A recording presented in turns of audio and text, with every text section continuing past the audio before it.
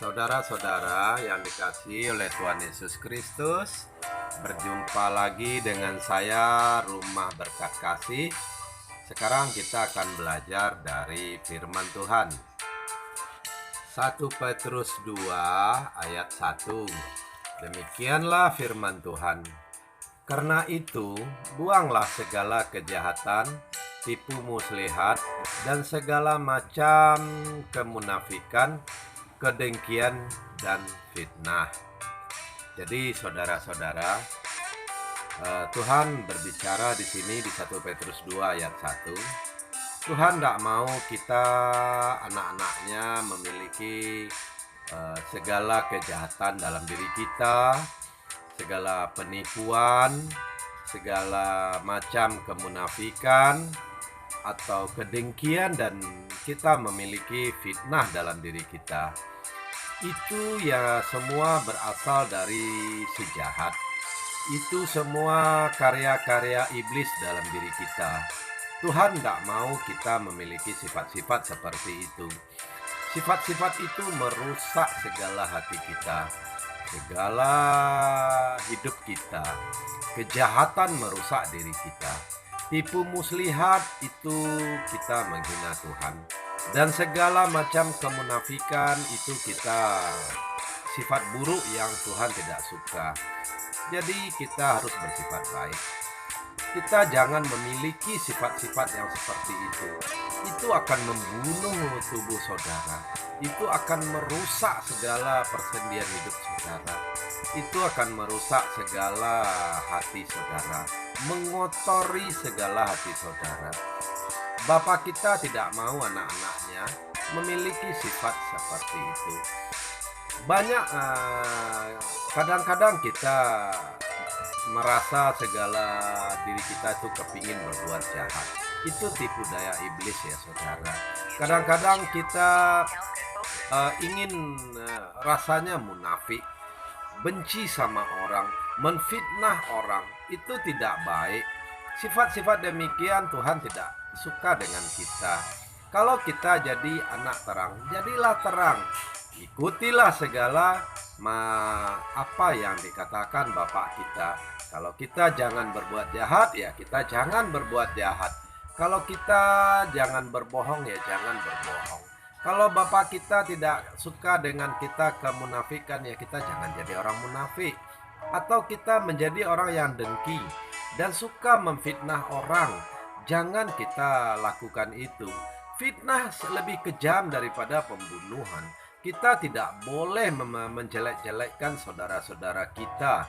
Kita tidak boleh menciptakan fitnah dalam mulut saudara. Karena mulut saudara itu adalah alat Tuhan untuk mengabarkan segala kabar-kabar baik. Segala tipu daya itu adalah suatu kebohongan. Anda merugikan orang lain, Anda menipu orang lain. Itu Tuhan tidak suka.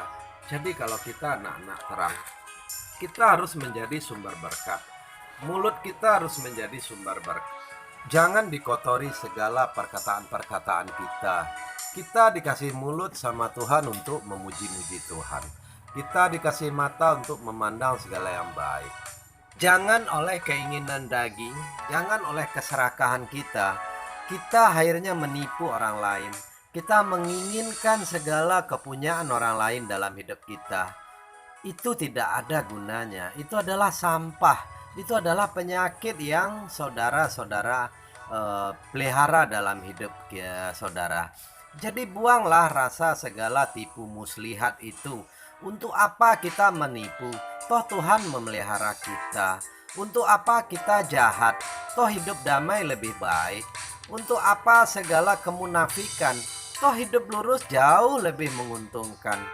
Jadi buanglah itu segala di dalam diri saudara. Itu akan menggerogoti diri saudara, akan membawa diri saudara kepada lembah kematian, lembah kehancuran. Jadi saudara, untuk apa juga kedengkian? Untuk apa juga kita memfitnah orang? Saudara juga mengotori segala mulut saudara yang gunanya untuk memuji-muji nama Tuhan. Mulut saudara itu diurapi. Jangan saudara pakai untuk menfitnah. Fitnah itu cuman sebagai keinginan daging yang merasa saudara menang, tetapi padahal saudara kalah. Jadi saudara yang dikasihi Tuhan, saudara dipilih bukan untuk berbuat jahat, dipilih bukan untuk melakukan segala kejahatan.